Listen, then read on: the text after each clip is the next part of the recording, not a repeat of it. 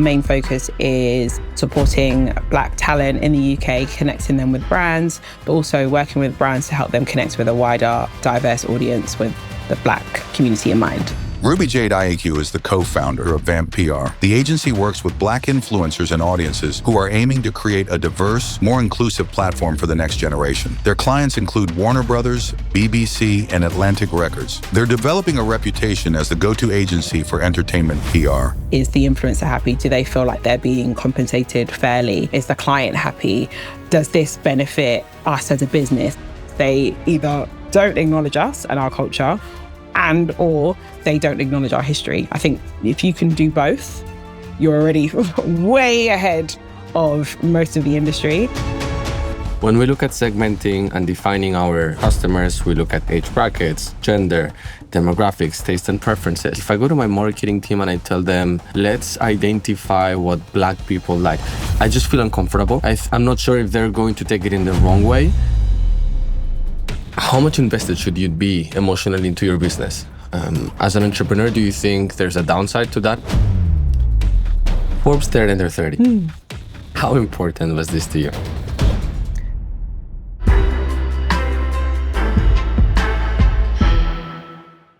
Ruby, at 23, you decided to quit your job and start your own business. Walk me through that calling.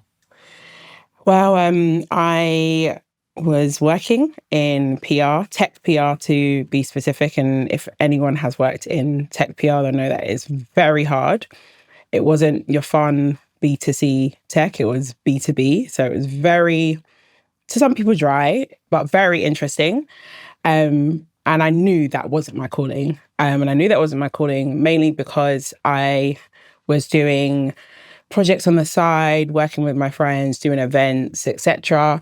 And the excitement I would get from those projects outside of my day-to-day, outside of my 9 to 5, was very similar to how my colleagues in my 9 to 5 felt when they got great news, new leads, coverage.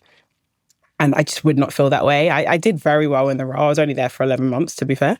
But, I got coverage in BBC, Bloomberg. Like I did very well in a short space of time, but I didn't feel that excitement that my colleagues would feel when they got great coverage, great, new business leads. But yeah, when I was doing my side hustles, that's when I'd be excited. So I would spend my mornings on my commute to work, lunch, after work, doing my side hustles, and that's where I'd... What are those side hustles? So I did PR for a DJ at one point. I did PR for an artist at another point.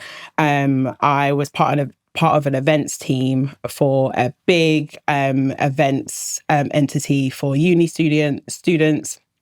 And then this was also the early days of what we know VAMP to be now, but it was not the same back then. So yeah, anything that involved the culture, involved events, involved, I guess, the early stages of influencer marketing, I was trying to be a part of, but I didn't realize why. I just loved doing it.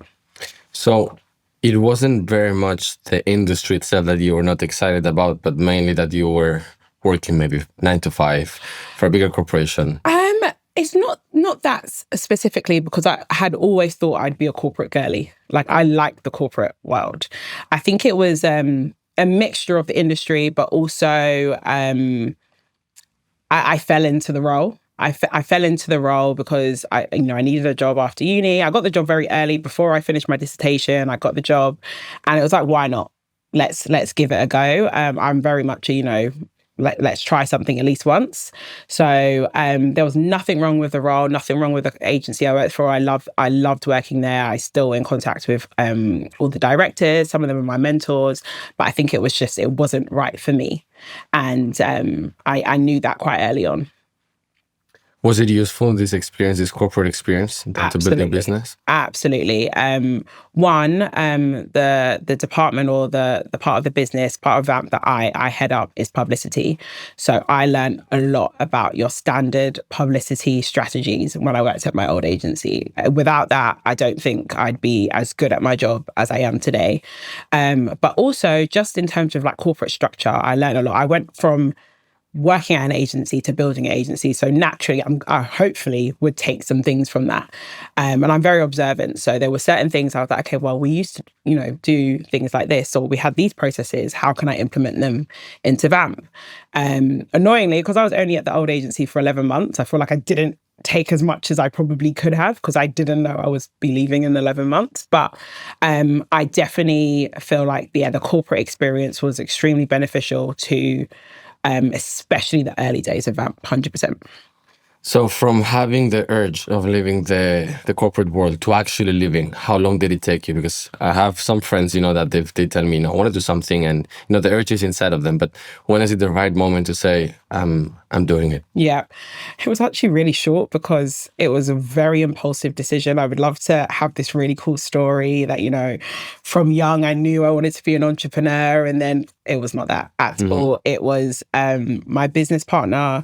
She was working in ad sales, and she felt like she had got everything she could get from that role. And she was like, guys, I'm going to see what I can do with this. Don't know where it's going to go, but, let's give it a go. We've got some really good leads. Let's see. And we were like, okay, cool. Good luck. Keep us updated. We'll help you out. And then, so that was January. And then I think in April, I was like, okay, yeah, I'm joining you. Like, we didn't have anything specific that we were doing that was like massive, that I was like, yeah, this is going to be, our breaking point. But I was at the point where I was like, okay, I'm not loving what I'm doing every day. And I was also worn quite thin, because I was, working on the way to work, every lunchtime, after work, like I was doing long days. So, April came, and I was like, I think it's time. I didn't end up leaving until May, June, because they wanted me to stay a little bit longer, which is obviously really nice, a feeling for me. But I couldn't stay for too long. So so it was a space of like a couple of months.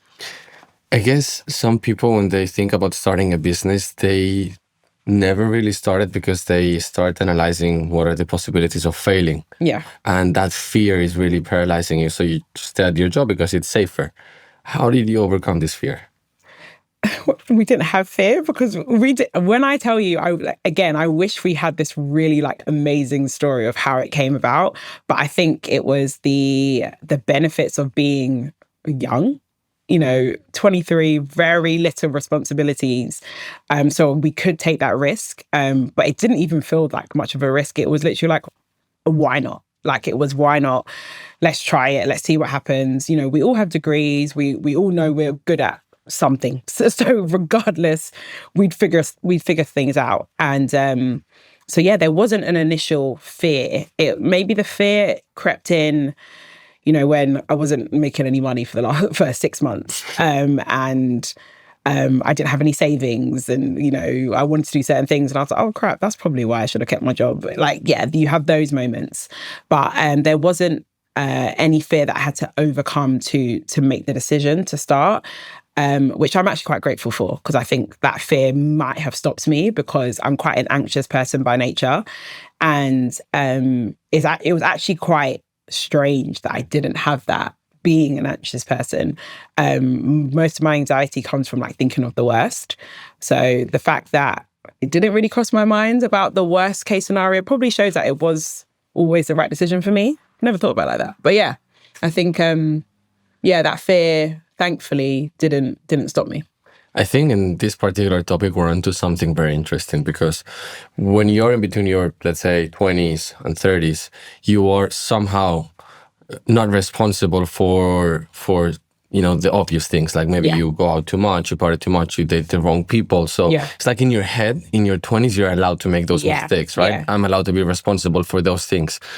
And then I think it should be wrong. I think it should be you should be allowed to have an irresponsible mentality when it comes to business, because that's when you can fail very cheaply. Yeah. Because if you fail in business at the age of 35, 40, 45, and so on, and upwards, it becomes much more expensive. Yeah. Because A, you have a lot of responsibilities in the case of having a family, and also B, life is finite, right? So you just have a certain amount of years that you can be working. Yeah. So I think this is maybe a very good take. And I would summarize it saying that we should be a little bit more responsible in our 20s when it comes to business. So we can try things without always super double analyzing and getting this paralysis, this fear. I think that's a really good point. I think, as you mentioned, it's expected to make mistakes when you're young and but if we don't talk about it in the business world, and we've definitely made mistakes, and I'm happy that we made it in the early days, and we're still making mistakes now, with everything, you live and you learn. But I completely agree that, I think we should be allowed, and there should be a more open narrative about the benefits of failing early, or the benefits of failing in the early. When I say early, but I would say anywhere, in the first 10 years of a business, I think is still quite early, especially if you want it to last for a long time. There should be a more honest and open narrative that it's almost should be encouraged. I agree. Go for it. But then how many 10 years of our lives do we have, right? To then fail and rebuild. Yeah. So if you start at 35, then if you fail those 10 years, in a way, let's say business failure, you need to start at 45. You might have only 1 or 2 more decades, right? So the earlier you can fail, the better, because you're going to get ahead. It's like, I think you're going to find a very hard time in finding the right person to be in a relationship with, unless you have already experienced some bad relationships. Absolutely. Let's talk about VAMP. You're one of the 3 co-founders. Walk me through the baby steps of how the company was built, because I think that especially when you're young, you have a lot of uncertainties on how you actually build up a business. So I have an idea. Then what do I do next? I open up a business. Where do I do that? The company. How do I open a bank account? How do I onboard my first client, whether it's B2B or B2C? So walk me through those initial steps. Yeah. So we didn't have a conventional sort of baby steps to starting the company. It was kind of all over the place. The name came later, the concept came later. Everything was just, all over the place, which I like talking about, because I think there is an expectation that everything is written down and thought out, and it was not. I'm not saying that people should do it the way we did, but I think there's benefits in it being a bit freer. And again, it goes back down to age and the time period we were in. We could afford to do that. If I was doing it now, probably would have been a bit more structured. But we actually had our first client first before the business actually started and before we knew what we were doing. So at uni, we had a friend who was really big into makeup, hair, fashion, and people would constantly stop her and ask her for tips on makeup, etc., which she loved, but it would get frustrating for her. So we, in our friendship group, we just all encouraged her to start a YouTube channel. This is, back in 2014, 2013, so early days. Just start a YouTube channel, put it all on there. When people ask you, just direct them to your channel. And she started it, and we then said to her, okay, we're going to manage you. We didn't know what that meant, but we just, we worked in events, we worked in, our student union, we were part of the African Caribbean Society. So we had an understanding, being media students, 2 of us and a business student, we have a basic understanding of, the media industry. So we started managing her, and that literally just consisted of sending emails to brands, getting her invited to events, getting loads of freebies for her. And again, there was no strategy there. There was no understanding that it would turn into something. But we had her, that was our first client, and that was our first way into the industry. So we would accompany her to certain events, and we were kind of finding out how the industry works. But the next step after that, I think we registered the business because we were like, well, this is something. We don't know what it is, but let's put it down on paper. We had an email address, but it was her email address. And then we decided to make our own, but then we had to think of a name. So then we took a while to think of a name. I think we did the bank account. We probably did do the bank account for a long time because we were not making any money. We weren't making any money. But I think the next step after that was working out, okay, well, who could our potential clientele be? And it was super wide back then. We weren't just doing influencer management. We were also doing social media management. And our main thing was helping brands, mainly small brands, connect with wider audiences. That was actually our main aim at the beginning of VAMP. But we realized we didn't enjoy that. So social media management was just not our passion. So we moved more into the management. We started managing a makeup artist who had gone viral with some videos and with some content. And that quickly we realized that's a space that we wanted to go into. So that next step was, working out who our clientele was. And then I think the step after that was us quitting our jobs and then figuring things out after that. You've touched upon a point that I think is very interesting. You launch a business and you launch it with an idea, right? And your idea will change because, first of all, in this case, if you're inexperienced, if it's your first business, you think that whatever you're deploying in the market is going to work, but then the market is going to give you loads of feedback. Yeah. And you have to adapt. So how does VAMP look right now? So if you were to elevator pitch me, so how would you define what are the services, what are the products that your company is offering? So at VAMP, we are a cultural agency in America. Some might call it a multicultural marketing agency. And our main focus is supporting Black talent in the UK, connecting them with brands, but also working with brands to help them connect with a wider diverse audience with the Black community in mind. So we do everything from consultancy, which a lot of the brands we work with need, especially in today's climate, to make sure that they're speaking to their audiences authentically. They're working on making sure their marketing is accessible to all. And we also do a lot of events, from screenings to launch parties, work in the music industry, sports, anything entertainment we tap into. And then probably what we're most known for, which is influencer management and marketing. So we've worked with some of the biggest names in the influencer industry, helping them build their career, nurture them to make sure that they are authentic, but also commercial, so they can hopefully build a brand and make money. Why does this subject matter to you? I think for me, I was always very outgoing child. Well, from a certain age, I was quite outgoing. I was actually very shy as a child, but my parents put me into drama school and performing arts. And from then, I really came out of my shell. And I'm a massive TV head. I love TV. I love film. And back in the day, I used to watch a lot of American shows that had great Black leads, Black cast. And as I got older, I realized that was not something that we were seeing anymore. It's so weird. It's like we went backwards. And especially in the UK, because most of the shows I watched were American. And I realized that, that representation that I saw growing up, that I really believe gave me my confidence, was not available to most in the UK and after a certain period. And so for me, it's being able to give other people that confidence I had growing up, and giving them that drive to know that, look, there's someone there that's making it. There's someone there that looks like me or has a similar background to me, a similar experience, that is doing well and is considered, and they matter. And I used to say, I don't say anymore, but I used to say that my job is done when there aren't any more firsts when it comes to representation. So I'd go to America to visit family, and I see huge billboards with Black women, with natural hair, Black women with, working for big beauty brands, whatever it may be. But it was always in the UK, if that happened, it was like the first Black woman or the first, Asian woman to front a campaign, etc.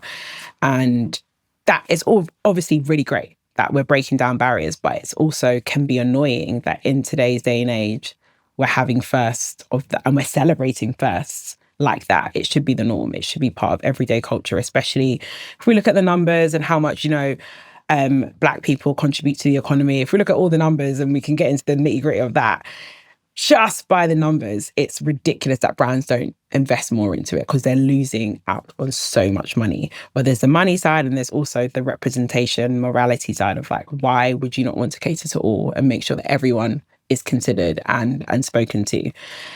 So I think I went off on a tangent. How would you define success for your business? So when would you say, I'm satisfied? So it used to be when I used to say there's no more first. I think now it changes, if I'm honest. And I think it's quite important to know that you don't have to have one success point that you're working to. I think you should have some. But I think for now, for me, it's making sure that we're supporting our talent and the influencers we work with in building their brand, building their dreams. But probably equally important for me is the audience, and making sure that the next generation as I mentioned, they feel that they matter, and they feel like they have the opportunity to do whatever they want to do. There are no restrictions. And as I mentioned, I used to feel like that, but there was a period of my life where I didn't. And I don't want the next generations to have that period, because it can be very discouraging, and not everyone can pick themselves back up from that moment. So yeah, success for me is helping the next generations after us, especially Black women, whether they're working in our industry or not, just knowing that they can do whatever they want. This venture, this topic is obviously very close to you and to your heart. Do you see yourself in the future building a business that is not related to something that you're not as identified or passionate for? That's a really good question. I already know what I want to do next, or some of the things I want to do next. They are all passion projects, but some of them have no relation to me whatsoever. They're just things that I really care about in society. But one of them is to do with the next generation and making sure that there are better avenues for careers for kids. So for me, I went to a grammar school, and we were taught you do medicine, law, or something corporate finance, etc. There was no doing something in the creative arts. I did media at university, had never done it at school. My parents weren't keen on it. I actually remember one time I went back to my school with one of my friends just to say hi to some of the teachers. And, they asked me like, oh, what are you doing now? And I said I was working in media, and, I had just got an internship with Disney at the time. And they were like, oh, okay, that's nice. And I was so shocked, because I think I wanted some kind of validation. But the way they responded to me versus my friend, who I think she was doing law, they were really excited about her. She went to a really great university, and me, it was like, oh, that's lovely. And those feelings I had when I was at school, with regards to like, I wasn't the most academic, but I pushed through that. But that's because of my family and my friends and just my personality in general. But there are going to be kids who might not be able to do that. So one of my next ventures is supporting kids through the navigating what they want to do in their career. But more importantly, the venture I want to do, is the reason it's a passion project, is the industry I work in. I love it, but it's misunderstood, should I say. It's misunderstood. When you hear media or the influencer industry, you just hear that, oh, you want to be a YouTuber, or, you want to be a streamer. But there's so many different roles within that industry. Like if we look in this room, everyone has a different role. You can be a producer, you can be, a copywriter, you can be, head of marketing. So the venture I want to do is related to trying to show kids the different avenues they can go into from that one field, and trying to suit their skills to those industries, but also showing them the bad and the good of those industries. So there's a dark side to the influence industry. There's a dark side to gaming. There's a dark side to working in the sports industry. So just being more open. So that relates to me because of how I felt at school. But then I also have other business ventures that I want to start that have nothing to do with anything I've experienced. It's just things I want to do to help society. This is interesting for me to hear, because I've always had the question in my head whether entrepreneurs should be emotional or logical, right? So I think you can make great choices in emotional situations in your life, but also very bad ones. Mm-hmm. And also in the same case, you can make great choices when you have a logical mindset or not. But how much invested should you be emotionally into your business? As an entrepreneur, do you think there's a downside to that?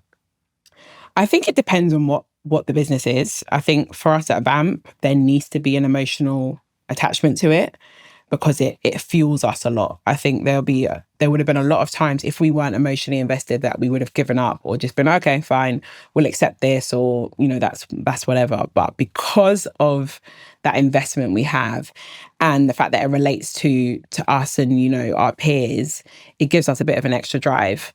And it's not to say that people who aren't emotionally invested don't have a drive, because they might be driven just by getting the job done. But in the work that we do, it's so specialist that it's not just one job that you can get done. It's, there's there's about 3 things or 4 things for every job that we're doing that has to be considered. Is the influencer happy? Do they feel like they're being compensated fairly? Is the client happy? Does this benefit us as a business? There's all these different things that we have to consider and weigh up. And our emotions are definitely a part of it. However, I'm also very emotional. And I think that one of the benefits of having 2 co-founders is that we balance each other out. I tend to be quite emotional, and one of my business partners can be quite logical, and vice versa. And so we definitely balance each other out with that regard. But I think it depends on the industry. It depends on what the business is, and also depends on what the business purpose is. For us, it's about representation, changing the industry, and to really understand that, I think it'll be hard to take out emotion. I would agree with you. I think what matters is to find a source of purpose, of motivation that allows you to not quit. Whatever that source is, if it works for you, it works. So I've had the pleasure of having conversations here with other great entrepreneurs that their topics might not be as socially impactful as yours, but they're as motivated, right, to see them happen and to implement them. And I think that's where success happens, because you will only fail when you quit. So whatever is keeping you away from quitting, that motivation, that source of power, that's it. If it works, it works. It works. Let's talk about your clients. So I've had the conversation with the current manager and founder of a company that manages the Sidemen, one of the biggest influencer groups, I think I would say, or talents globally. And I was very interested in his strategy because they only manage one client, one big client. Obviously, from going back to logic and not emotion, but from an entrepreneurial perspective, that's something that could be quite risky, because the moment that they dump you, I mean, you have all your eggs in one basket. So my question to you would be, if you could choose any influencer or talent, it could be an actor or a singer, that you could represent, that your agency could represent, whoever it is, no matter how big it is, would you still consider that is a good idea to onboard other clients to your agency? Yes, I think we would, because I think it's about balance. And also being realistic, as you mentioned. If they dump you or they decide to leave, you'll be screwed. So that's where that balance of logic and business has, logic and emotion comes into it. You want to be able to give your all to your client, but there needs to be an element of, we're a business, we need to make money, and does this make sense for us long term? And if you're in a contract with someone and it's a 5-year contract and it's, non-exclusive, it's exclusive, sorry, and that you're locked in with that client for a period of time, then maybe, yes, you can just have them. But I think it's risky to only have one client because of, and we've had this experience before as well, where, people come and go. And also for us, we could change direction and realize it doesn't work for us to have that one client. And if you're not projecting for the next few years, you could be left in a really difficult position. But more importantly for us, and we have these conversations with our talent, there's an understanding of the bigger picture. We want to help them grow and we want to nurture them, but they also understand that we have a bigger mission, that we're trying to impact the industry, and we can't do that if we're only working with one client. And a lot of the influencers that we work with understand that, appreciate that, and give us a lot of grace, which we appreciate. That where we also didn't start the business to be an influencer management agency. It's actually one segment. So it'd be unfair, and we're very clear at the beginning what we do. So it'd be very unfair for anyone to expect us just to focus all our attention on one person. But also, if we're doing the business right, we should hopefully be growing and be able to delegate and have people that can focus a bit of attention to that talent a bit more. So this was more or less precisely his argument. He said that, let's say we have someone, you represent someone as big as Jay-Z, for example, right? He said that the service quality would drop because your attention, the amount of hours that you have in a given day are limited. So if you're not giving your 1,000% to this client will not get 1,000% value for money when it comes to the service. Is this something you agree? I think it depends, because again, you have to, from a business perspective, especially with management, you only get paid for what they get paid for. for the industry. The standard industry model is commission only. So what about all the hours that you're putting in where, you're doing a relationship builder? Relationship builders can take months and you're making no money. From a business perspective, it doesn't make sense. Well, it can make sense for some, but resource-wise, especially if you're trying to build and scale, that's not going to make sense. You need something to bring in money. And there are some clients that it'll work out, but you still need to, pay the bills. Yeah. That, if you do this, and we've had this before where we've done relationship builders for up to a year and it's really paid off. But, it can only pay off if we have, the lights still on and we're covering our taxes and we're, paying for our rent and etc.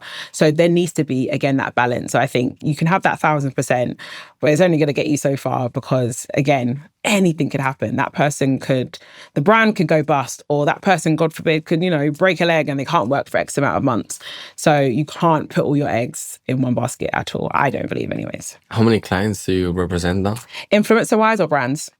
Influencers, we have 8. And brands? It varies, anything between 10 and 30.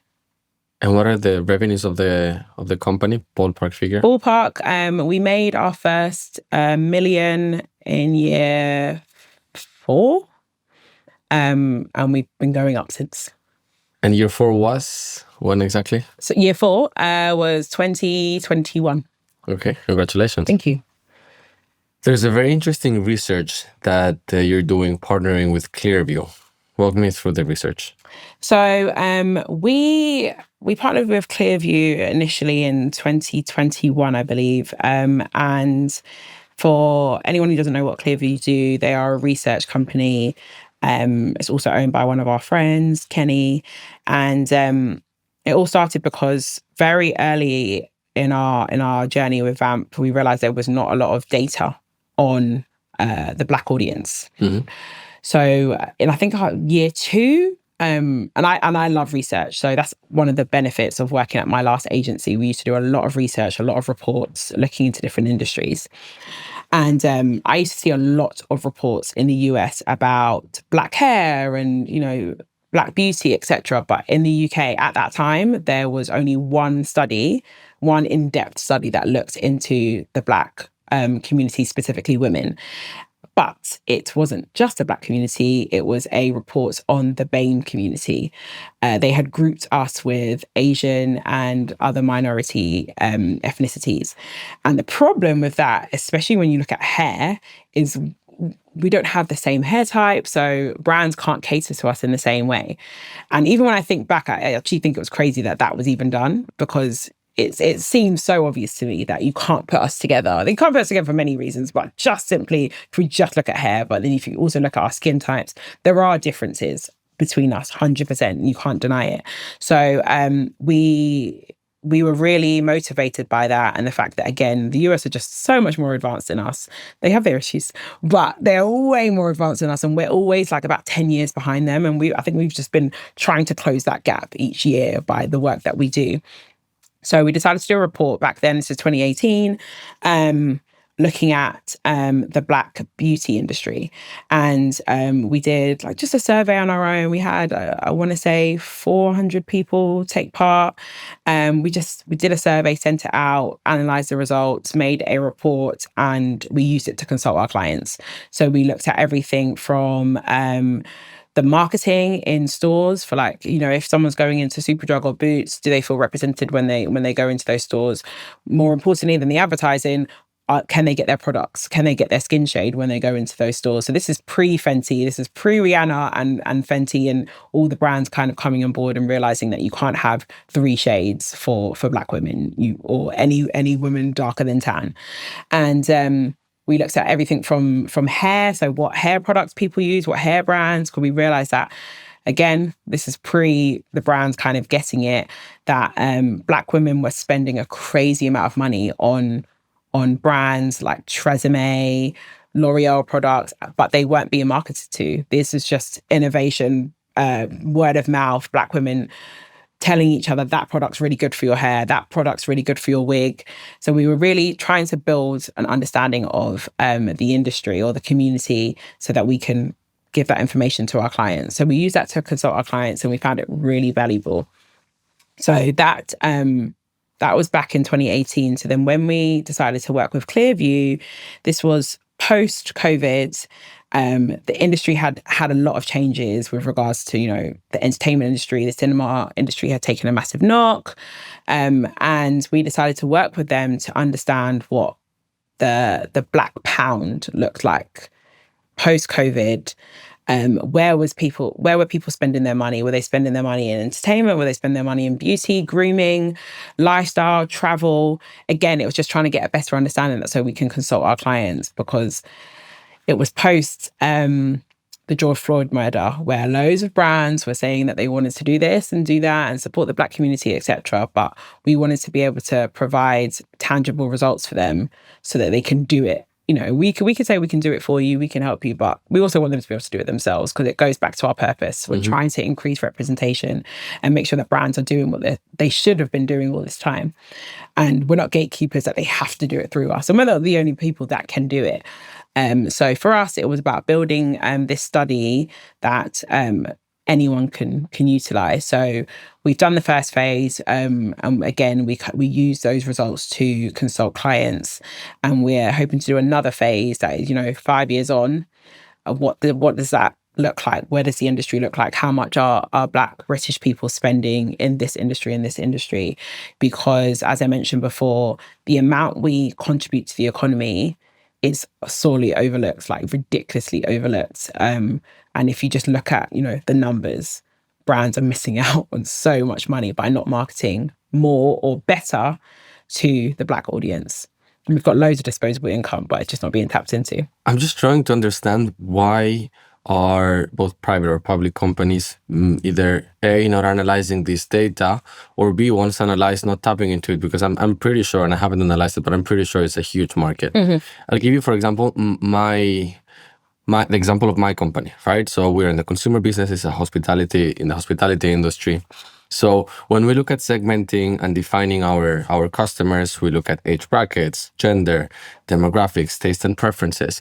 But I think, like, if I go to my marketing team and I tell them, let's identify what Black people like, how much do they spend, I just feel uncomfortable. I think I'm not sure if they're going to take it in the wrong way. So at least for us, that's the reason where I don't want in any slides, in a PowerPoint that says that, we are targeting, Black people because of these reasons. This is the average ticket they spend, and this is what they are eating, because maybe, I don't know, I just feel like it might feel wrong and someone might take it in the wrong way. What do you think about this? What country are you from? Spain. So I think what I like to do is always put myself into something.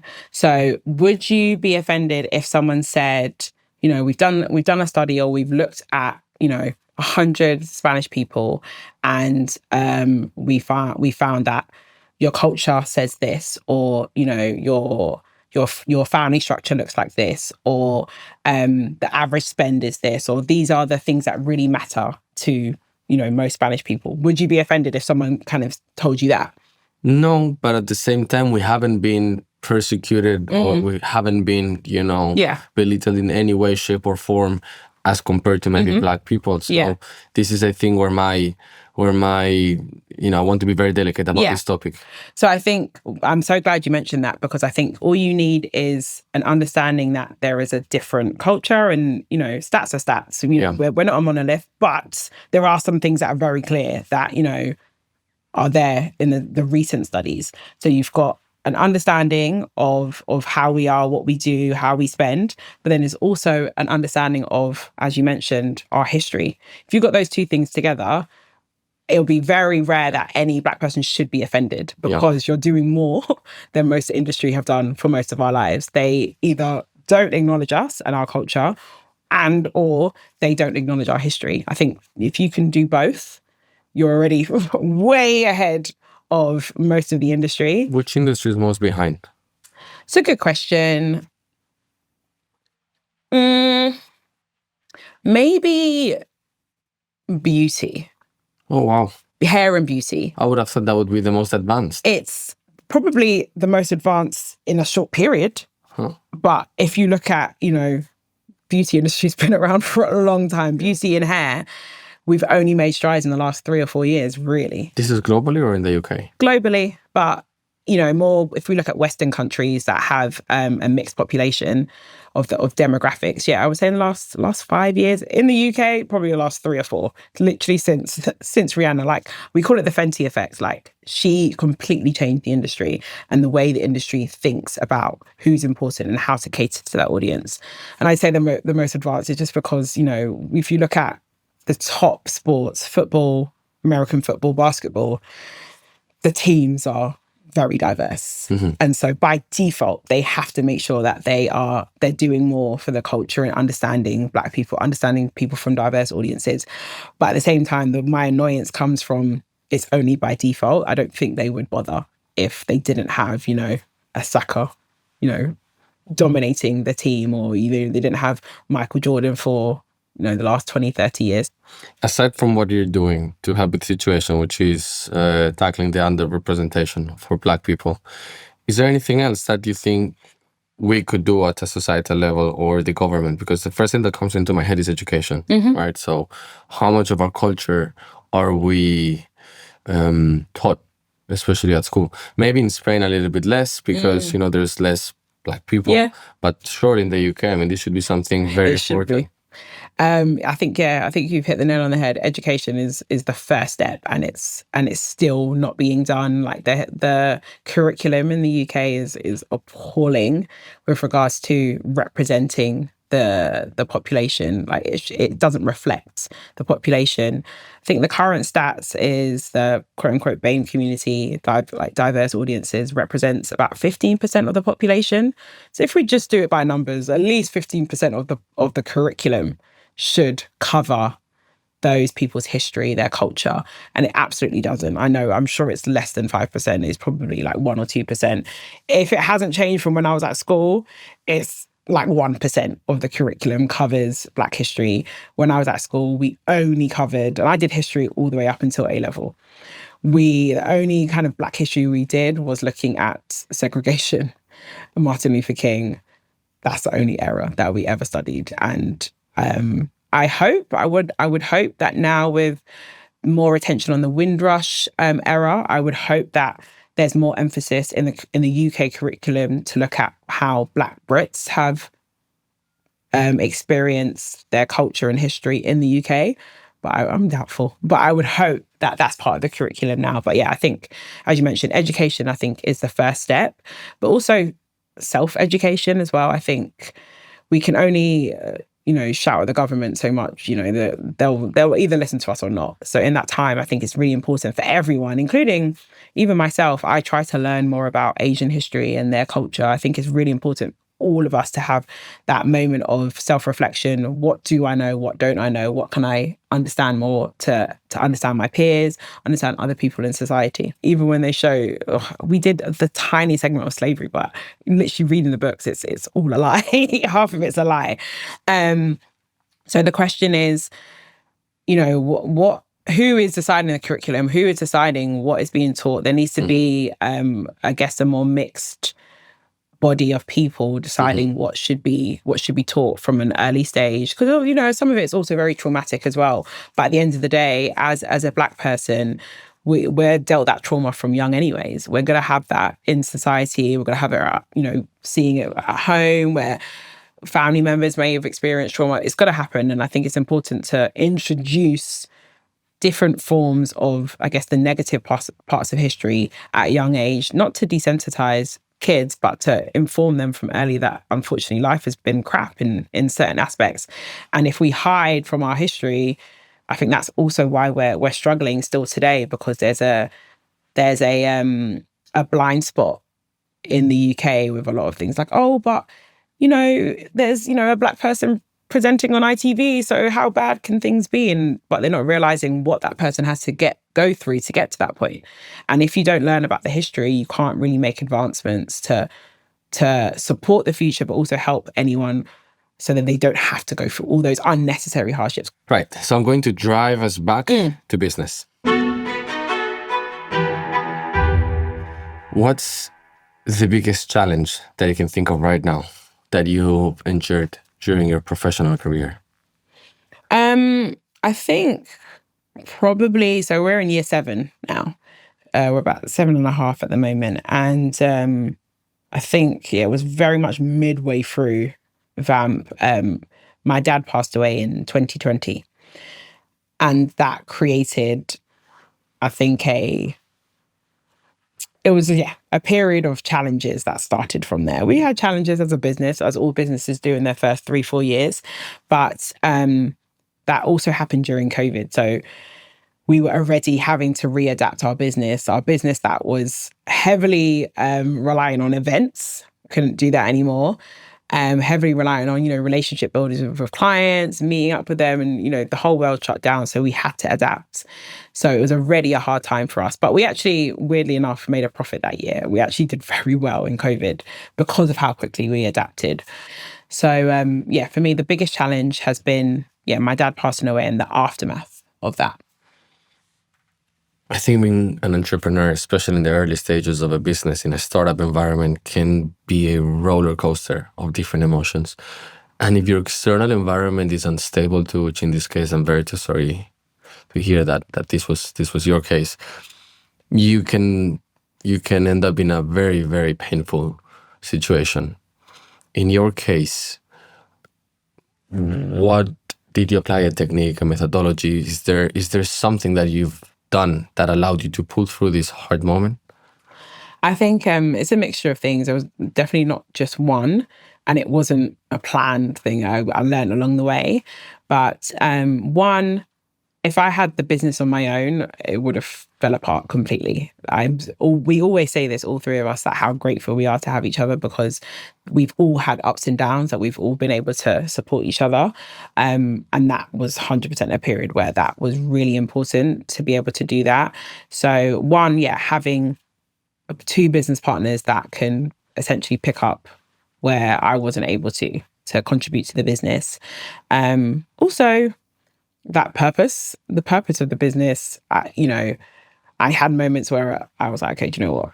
It's not important to me right now, but it's always going to be at the back of my mind. And, it helped me some days. It gave me something else to focus on, something else to be angry at, something else to be, passionate about during my morning periods. But also, as I mentioned before, I'm quite an anxious person anyways. And weirdly, that period forced me to kind of stop a bit, and I had anxiety in other areas, but it kind of steadied me a bit because, unfortunately, death and trauma has a way of balancing things and making you work out what's important and what's not important and prioritizing things. And it definitely did that for me and made me realize that, I really love my work. I really want to make a difference. Family and friends are so important to me. And I want to make my dad really proud. So I think it was a mixture of those things. It definitely changed me as a businesswoman. It definitely changed me. I can't pinpoint what it is, but I know that there was a turning point in how I operate in my business. And all I can pinpoint is it was during that period. I can't work out in what ways, but I know I am different. But in a good way, I think I'm better. But so for me, I think it's a balance. And also time. The last thing is time. I took about, on and off, about 6 months off. So it wasn't off because I was on sometimes, but I took 6 months where I wasn't solely invested in the business. And I'm a workaholic by nature, like in a bad way. I don't recommend it, but I will work 12, 13, 14-hour days, like every day for 2 weeks. That's how I used to be honest. I'm not like that anymore. And, but I think time, people really underestimate the healing power of time. And I think it's because it's not a great answer. If someone who is struggling or is hurting asks for a cure and you tell them time, they don't want to hear that. No, I didn't want to hear that at the time. But when I look back, definitely time helped. Thank you. Thank you for sharing this. Listening to this from the outside, I can, if you allow me to do this, I'm going to pinpoint one, I think, critical driver that from my analysis allowed you to pull through, which is the purpose that you had for your business. So for example, if I try to reverse the situation and let's say my mom or my dad would pass away, I'm not sure how much I would care about serving food. So I'd be as honest, that's as honest as I can be, right? But in your case, you are serving a greater cause, right? So there's more people that you want to help, and you feel very close to that problem that you want to solve. So I think that's something very beautiful, and I'm happy that entrepreneurship helped you, was something that helped you to put through something so traumatic. I think being in business, if you're a woman and then B, Black, could come with a certain level of complexities. What advice would you give to a young Black woman that is looking to start her own business? I've definitely said it quite a few times, but purpose. Find your purpose. But then this follows really nicely onto what I just said with regards to knowing your strengths and weaknesses. I'm not saying that, I have the weaknesses I have, I've just left and I don't care about, but there are some that I'm not going to break my back about, because I'm fortunate enough to have my business partners who can, fill those kind of gaps, as I mentioned. But especially if you're working on your own, and unfortunately, it's something that we've been told our whole lives, is that, you have to work twice as hard. So I'm not going to say there isn't room for failure, because there should be room for failure, but there's not a lot of room to fail and chill. Let's say you've got to fail and get back up really quickly, and be able to adapt. But all of that is rooted in what's your purpose, what's the end goal, or what's your end goals? Because as I mentioned, I don't think you need just one. I think sometimes it's good to have quite a few. So purpose, and just always building yourself. I've learned so much in 7 years. I've worked in the industry for 10. I've learned a ridiculous amount, and I'm still learning every single day. And I actually want to learn more. I'm a big advocate for education plus experience.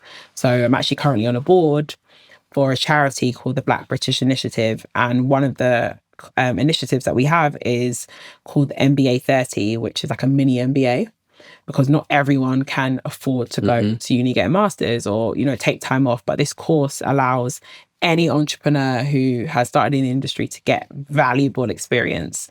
And I truly believe you need both. It doesn't mean you have to go to university and get a full-blown degree, but I think everyone should be able to have tangible, practical experience, but also theoretical experience. That's what I believe anyways. And I truly believe that's why I've done well, because I had so much experience from the age of 15 to 20. I did so much work experience, but I learned so much from my course as well that I was able to put into practice. So constantly developing your skills and building your confidence in the work that you're doing. Because at the end of the day, you can talk. I'm a big believer in fake it till you make it. However, it can only get you so far. You want to be able to hold your own, especially as a Black woman, depending on the industry you're working in. But for us, we constantly would walk into rooms where we were either the only Black person in the room, or the only Black woman in the room, or sometimes the only woman in the room. And we had to learn to be able to hold our own in each of those rooms. And unfortunately for us, we're always going to be the only in some sense, or for most of the time.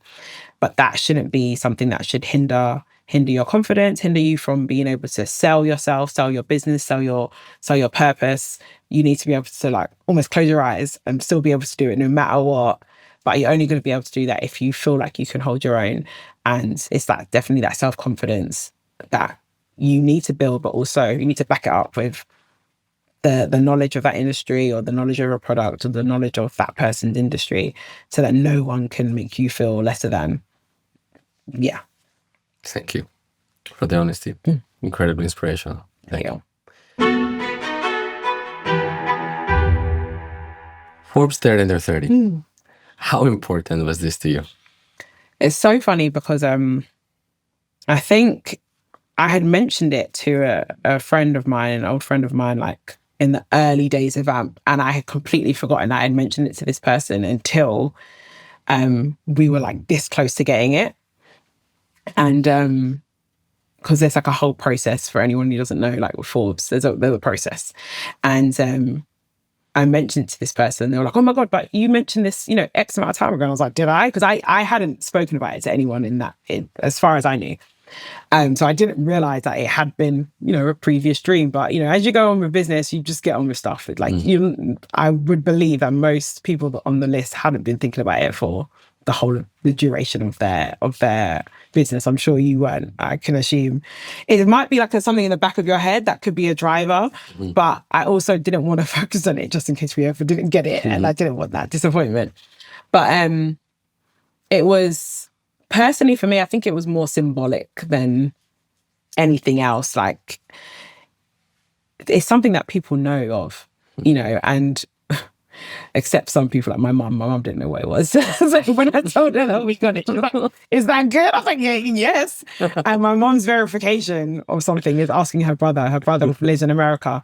And she's like, oh, Ruby's made full Sunday 30 under 30. And he goes, what? And she's like, okay, well, that must mean it's important. Well done. So for me, it's definitely symbolic. It's something that, it's nice to be acknowledged, and something that when my mum did her research, she was like, wow, Rihanna's on the list and this person's on the list, so look at you're on the list with them. So it's nice to be acknowledged. It really, really is nice to be acknowledged. And for me, it was very bittersweet because my mum didn't know it, but I know for a fact my dad would have known it 100%. And I think, he would have been so proud, so gassed. He would have been telling all his friends. He would have put me on his WhatsApp status. Like, that's the sort of thing that he loved. And the reason it was bittersweet for me is that both my parents weren't keen on me going into this industry, but they both took different takes to motivate me. And my dad was, he helped me. He financially supported me for the first year. He said, okay, I'm going to give you a little bit of money to live on for the first year. If you don't make it in that year, you need to go back to work. I like a challenge. So I made sure that even before that year was up, I was self-sufficient, I was self-sufficient to him. I would never tell him if I was broke because I was like, I need to make sure this works. My mum's mindset was, look, we're not happy, so just make sure it works and make sure it works. So for me, I was, I always knew that we'd be able to do something, but you need those certain accolades that other people can acknowledge. At the end of the day, some people are fine with not having recognition, accolades, and I really applaud those people because it shows they don't need any outside opinion to motivate them. But for the most part, everyone likes being acknowledged and being appreciated for the work that they're doing, and I'm definitely one of those people. And I think needed that validation from my parents. So it was really hard for me to celebrate when we got forward because like the one person that I think would not only appreciate it, but also give me that validation that I needed wasn't there to see it. But I'm Christian, so I believe that he is seeing it. He's seeing my success and he's watching down on me, and definitely part of my motivation and why I've been successful. But I think, for me, it was a win that I was able to give to my parents by getting on it. It was more important for me to make them proud. And that is one moment that I think I can, no matter what happened to VAMP, I know that I did that. I made them proud in that moment. So that's important to me. In your own terms, how would you define success? I think I would define success as being able to fail and not feel like a failure, and always focusing on your purpose and at some point fulfilling it, even if that purpose changes, even if it's not that valuable to other people or they don't see that value in it, but it's important to you, and whatever industry you're working in, it makes an impact in that sense. Yeah, I think that's success. And I think I believe I'm doing it. Would call myself successful in the sense that I don't class myself as a failure. I've failed at many, many times in my career, but I've always picked myself back up. And I believe I am making an impact in my industry. I wouldn't call myself a success yet because I don't think I'm at the end of that, but I am, I'm on the way. Ruby, thank you very much for all your honesty. You've shown me the good, the bad, the ugly of your life, of your business. And I really appreciate it. I really do, because this is what we stand for here, to show the real side of what entrepreneurship means and also what success can look like. I think the purpose that you have, that is fueling everything that you do for VAMP, for your business, is so inspirational that I really hope it takes you anywhere you want in your life. Thank you. Thank you for coming.